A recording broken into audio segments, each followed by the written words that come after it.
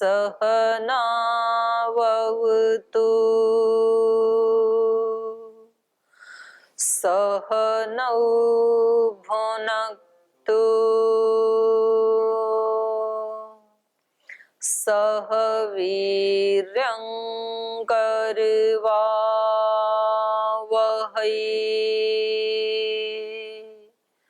तेजस्विनावधीतमस्तु मा विद्विषावहै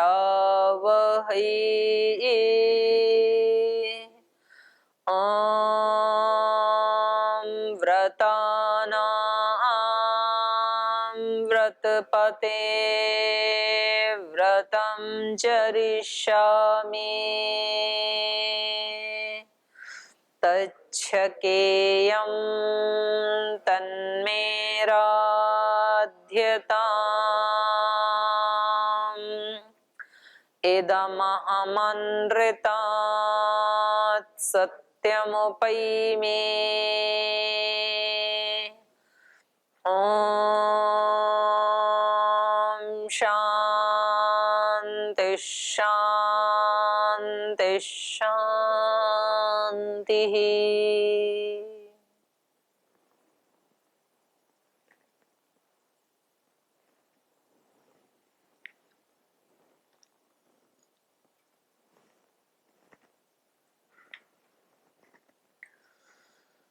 कल हम पढ़ रहे थे वेद के नित्यत्व में सभी दर्शनों के भी प्रमाण दिए महर्षि दयानंद जी ने। योग दर्शन का भी, सांख्य का भी, न्याय का, वैशेषिक का, पूर्व मीमांसा, वेदांत, है ना। तो इसमें कल लास्ट इसका दे रहे थे वेदांत का। अस्मिन् विषये स्वकीय वेदांत शास्त्रे कृष्ण द्वैपायनो व्यास मुनिरपियाह। इस विषय में माने शब्दों के नित्यत्व के विषय में अपने वेदांत शास्त्र में कृष्ण द्वैपायन व्यास मुनि भी ऐसे कहते हैं शास्त्र योनित्वात्। वेद जो है वो क्या है? शास्त्र योनि। योनि मतलब कारण। सभी शास्त्रों का कारण भी वेद हैं। तो पहले कोई चीज नित्य होगी तब तो उससे दूसरे शास्त्र बनेंगे ना। अस्य अयम अर्थ है, इस सूत्र का अर्थ ये है ऋग्वेदादेः शास्त्रस्य अनेक विद्यास्थानों उपबृंहितस्य प्रदीपवत् सर्वार्थौ अवद्योतिनः सर्वज्ञ कल्पस्य योनिः कारणम ब्रह्म। क्योंकि दूसरे जो शास्त्रों की रचना की वो किसने की? ऋषियों ने। तो ऋषियों ने जो ज्ञान लिया वो कहाँ से लिया? उनके पहले भी तो कोई ज्ञान का सोर्स होना चाहिए ना। तो वो वेद से लिया। और वेद का ज्ञान कहाँ से आया? ईश्वर से आया। तो इसलिए कह रहे हैं ऋग्वेद आदि है शास्त्रस्य। शास्त्रों के आदि में कौन है? ऋग्वेद आदि जो चारों वेद हैं वो हैं। अनेक विद्या स्थान उपबृंहितस्य, उसमें अनेक विद्याएं हैं, अनेक विद्याओं का स्थान है वो, और उनमें अनेक विद्याओं का विस्तार है। प्रदीपवत, दीपक के समान। क्योंकि दीपक दूसरी वस्तुओं को जैसे द्योतित करता है, प्रदीपवत सर्वार्थौ अवद्योतिनः। जितने भी पदार्थ हैं सृष्टि के उनको द्योतित करने के लिए वेद क्या करता है? दीपक का कार्य करता है। उनको द्योतित वेद ही करता है, नहीं तो हमें पता ही नहीं चलता सृष्टि की वस्तुओं का किसको क्या कहते हैं, किसका क्या कार्य है, किसका क्या प्रयोग करें, पता ही नहीं चलता हमें। वेद सृष्टि की सभी वस्तुओं को ठीक ठीक अवद्योतित करने वाला है। प्रदीपवत् सर्वार्थौ अवद्योतिनः सर्वज्ञ कल्पस्य योनिः कारणम ब्रह्म। सर्वज्ञ कल्पस्य, तो जो सर्वज्ञता है, सब कुछ जानने का जो सामर्थ्य है, उसका योनि ही, योनि मतलब कारणम, वो उसका कारण कौन है? ब्रह्म। ब्रह्म इन सब विद्याओं का कारण है। तो ऐसे महर्षि दयानंद ने अपने आर्य समाज के नियमों में भी सबसे पहला नियम यही बनाया। सब सत्य विद्या और जो पदार्थ विद्या से जाने जाते हैं उन सब का आदि मूल परमेश्वर है। न हि ईदृशस्य शास्त्रस्य ऋग्वेदादि लक्षणस्य सर्वज्ञ गुणान्वितस्य सर्वज्ञात अन्यतः संभवो अस्ति। कह रहे हैं इस प्रकार का नहीं ईदृशस्य शास्त्रस्य ऋग्वेदादि लक्षण से, इस तरह का और कोई शास्त्र वेद आदि के लक्षण वाला, जो लक्षण वेद आदि के हैं माने चारों वेदों के हैं, ऋग्वेद आदि के हैं, ऐसे लक्षण वाला जिसमें सर्वज्ञ गुणान्वितस्य, सर्वज्ञ के गुण जिसमें अन्वित हैं, सर्वज्ञ है ईश्वर और ईश्वर के गुण जिसमें अन्वित हैं वो क्या है? वेद। सर्वज्ञ गुणान्वितस्य सर्वज्ञात अन्यतः, तो वो उस सर्वज्ञ से अन्यत संभवो नास्ति, न संभव अस्ति। सर्वज्ञता के गुण जिसमें अन्वित हैं ऐसे वेद के अतिरिक्त ऐसा और कोई शास्त्र संभव ही नहीं है, और ऐसा कोई शास्त्र नहीं मिलेगा कि जिसमें सारी विद्याएं हों और उन सब विद्याओं को जानने वाला जो सर्वज्ञ है उसके भी गुणों का जहां वर्णन किया हो। और अगर दूसरे शास्त्रों में ऐसा वर्णन मिलता भी है तो वो किससे मिलता है? वेद से ही लिया उन ऋषियों ने, जैसे पतंजलि, पाणिनि आदि जो ऋषि हैं, इन सब ने भी वो ज्ञान कहां से लिया? वेद से ही लिया। इसलिए यद यद विस्तारार्थम शास्त्रम यस्मात् पुरुष विशेषात संभवति, तो कह रहे हैं यद यद विस्तारार्थम, जो जो भी उन अर्थों के विस्तार के लिए जो जो भी ऋषियों ने शास्त्र बनाए, यत यत विस्तारार्थम शास्त्रम, जो जो उस ज्ञान के विस्तार के लिए शास्त्र बनाए, तो वो यस्मात् पुरुष विशेषात संभवति, तो वो सारा का सारा ज्ञान किससे संभव हो सकता है? पुरुष विशेष से ही संभव हो सकता है। यथा व्याकरण आदि पाणिनि आदेः ज्ञेयैक देशार्थम अपि, ज्ञेय एक देशार्थम अपि स ततोपि अधिकतर विज्ञान इति सिद्धम लोके किम उ, लोके किम उ वक्तव्यम इति इदं वचनम शंकराचार्यस्य सूत्रस्य उपरि स्वकीय व्याख्याने गदितम। तो कह रहे हैं यथा, जैसे व्याकरण आदि पाणिनि आदि, व्याकरण आदि शास्त्र, आदि कहने से सभी आ जाएंगे, व्याकरण भी, दर्शन भी, उपनिषद भी, व्याकरण आदि और पाणिनि आदि, पाणिनि आदि माने पाणिनि आदि में है जिसके ऐसे सारे ऋषि जिसने जो जो शास्त्र बनाए, व्याकरण आदि पाणिनि आदि ज्ञेय एक देशार्थम अपि, तो इन इनके विषय का जो प्रतिपाद्य विषय है वो क्या है?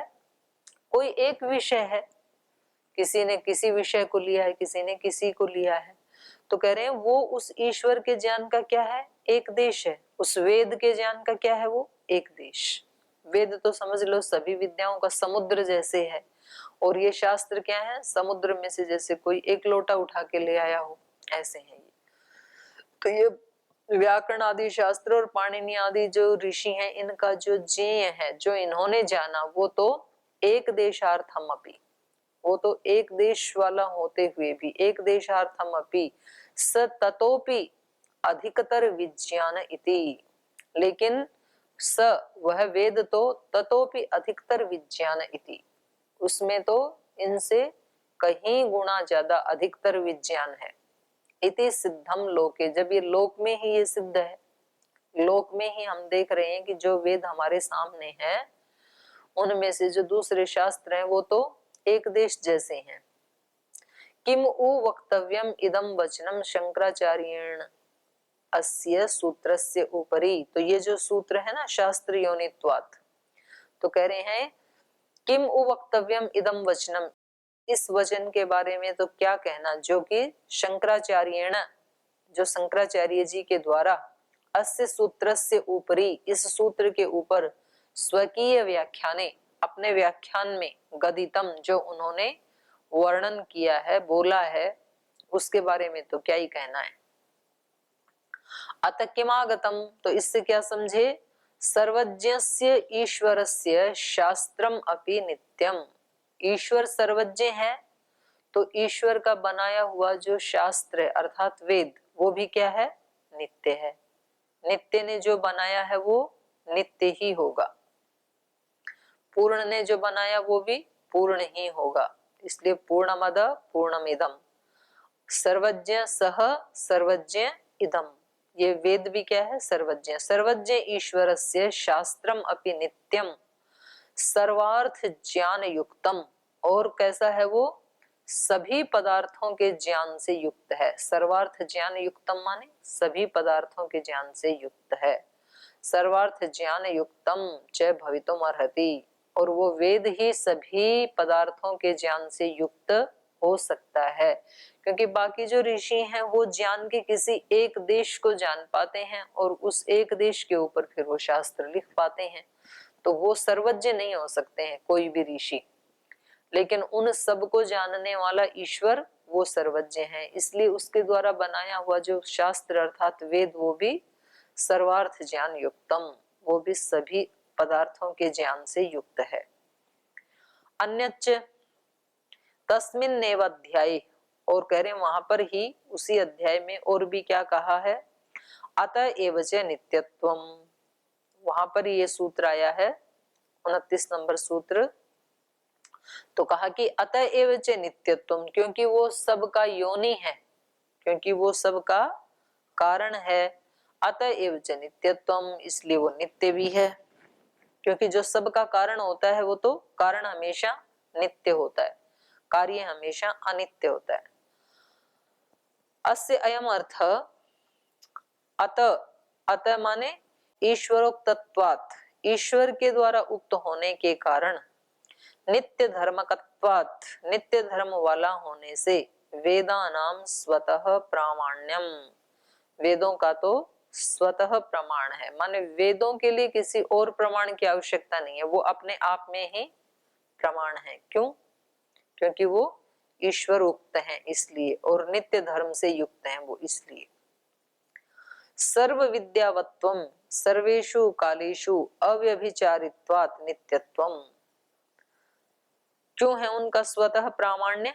सर्व विद्यावत्वम, उनका वेदों का सर्व विद्यावत्व, सर्व विद्याओं वाला होना, ये सर्वेषु कालेषु, सभी कालों में, अव्यभिचारित्वात्, अव्यभिचारी होने से, सभी कालों में माने उसके वेद के जो वचन हैं वो प्राचीन काल में भी सत्य थे, आज भी सत्य हैं, आगे भी सत्य ही होंगे। तो इसलिए सर्व विद्यावत्व सर्वेषु कालेषु अव्यभिचारित्वात्, सभी कालों में उनका अव्यभिचार होने से नित्यत्व, नित्य कौन होता है? जो त्रिकाल में चेंज नहीं होता वही नित्य होता है। प्राचीन काल में भी वैसा ही था, अभी भी वैसा ही है, आगे भी वैसा ही रहेगा। तो परमात्मा वैसा ही है, जीवात्मा भी वैसा ही है, और प्रकृति भी वैसी ही है।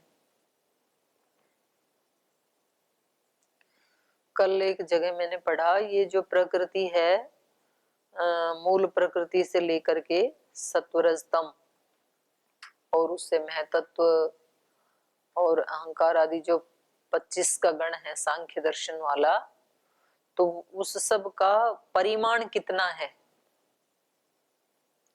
तो उसका परिमाण दिया है 50 करोड़ योजन। हम तो ऐसे, हमें तो लगता है ना कि बस इतने इसने से एक मुट्ठी भर होंगे सत्वरजतम और उनसे ऐसे से बन गए बस। उसका अंदर से उसका मात्रा कितनी है इन तत्वों की, जहां वो एक अंड के रूप में रहते हैं। हिरण्य गर्भ वेद में भी आया ना, गर्भ के रूप में ब्रह्मांड जिसको हम कहते हैं।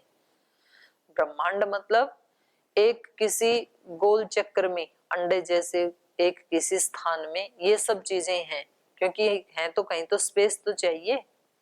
तो वो स्पेस कितना है जिसमें ये सब है, जिससे ये सारा जगत निकला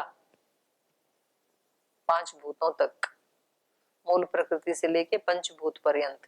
तो उसका परिमाण है 50 करोड़ योजन, और फिर उसके ऊपर 10 गुना, उससे 10 गुना ज्यादा, 1 लेयर, 2 लेयर, 3, 4, 5, 6, 7 लेयर हैं उसकी।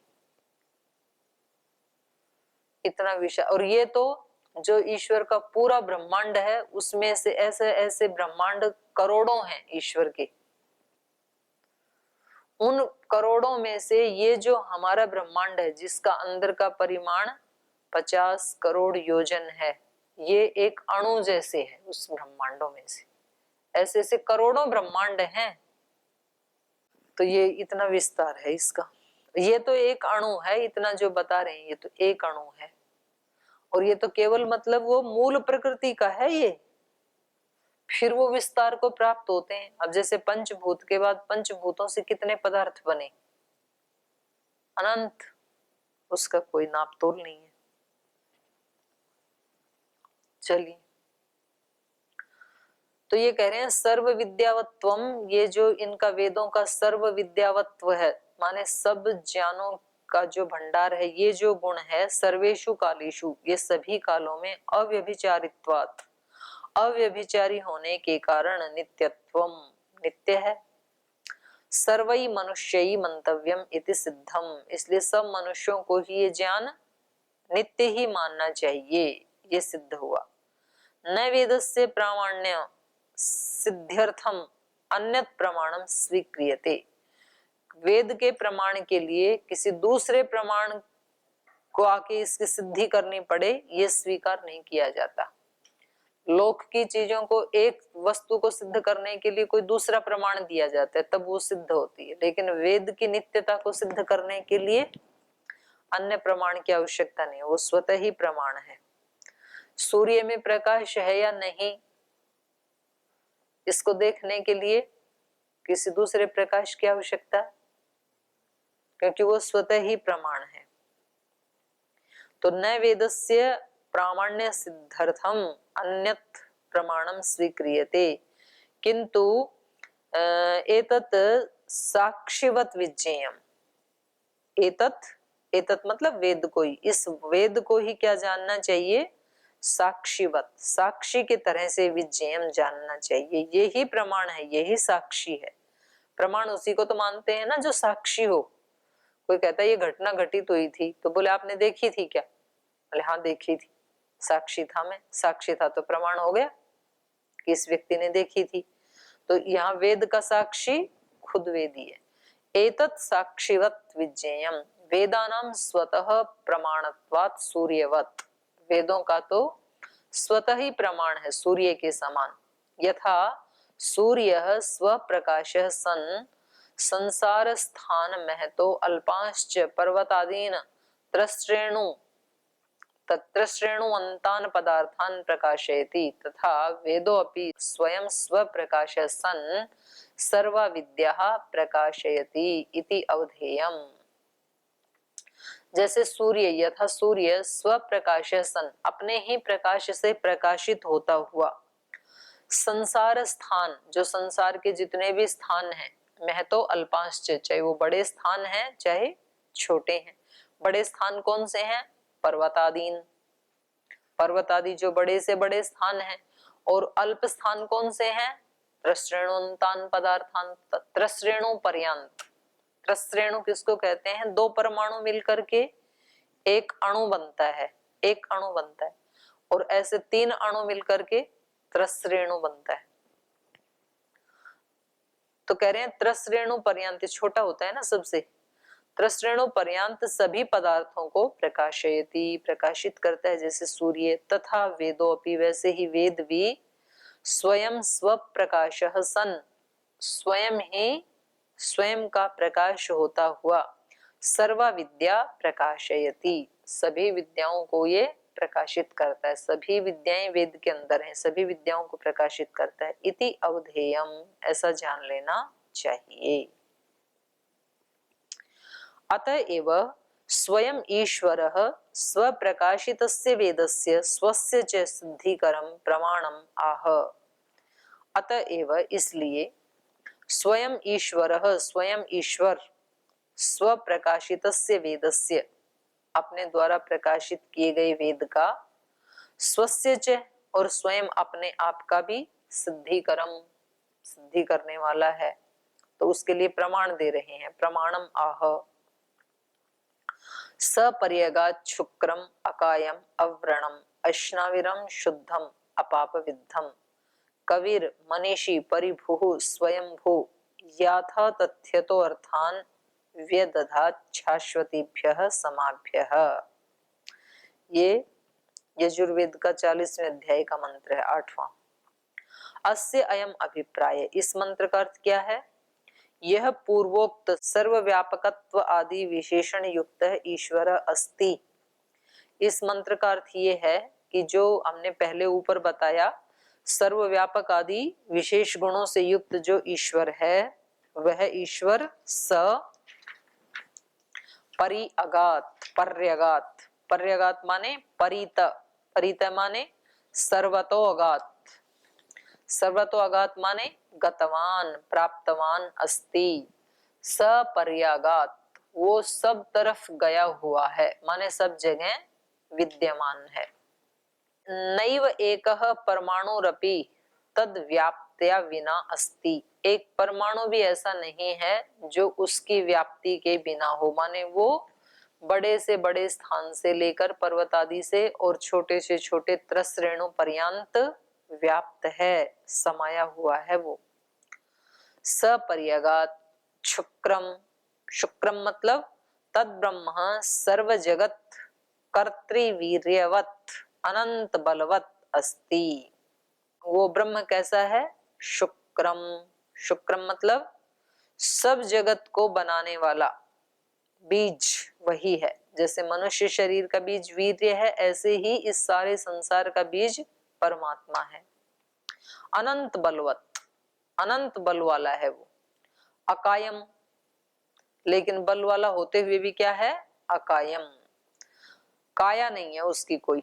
तत्स्थूल सूक्ष्म कारण शरीर त्रय संबंध रहितम, तीनों ही प्रकार, उसका कोई सूक्ष्म शरीर भी नहीं है। जैसे हमारे 3 शरीर हैं, स्थूल शरीर है, सूक्ष्म शरीर है, कारण शरीर है, ऐसे उस ईश्वर का ना स्थूल शरीर है, ना सूक्ष्म शरीर है, ना कारण शरीर, सब शरीरों से रहित है और फिर भी अनंत शक्तिशाली है। तो अब ये बात तर्क से तो समझ में नहीं आने वाली है ना, तर्क के तो, लॉजिक के तो बिल्कुल विपरीत है कि वो अनंत बल फिर उसमें है कहाँ, क्योंकि अनंत बल को रखने के लिए या तो सूक्ष्म शरीर होना चाहिए, या तो कारण शरीर होना चाहिए, या तो स्थूल होना चाहिए। चलो स्थूल नहीं है इतना तो मान लेंगे, पर कम से कम सूक्ष्म तो होना चाहिए, नहीं तो अनंत बल, अनंत वीर्य कहाँ रहेगा।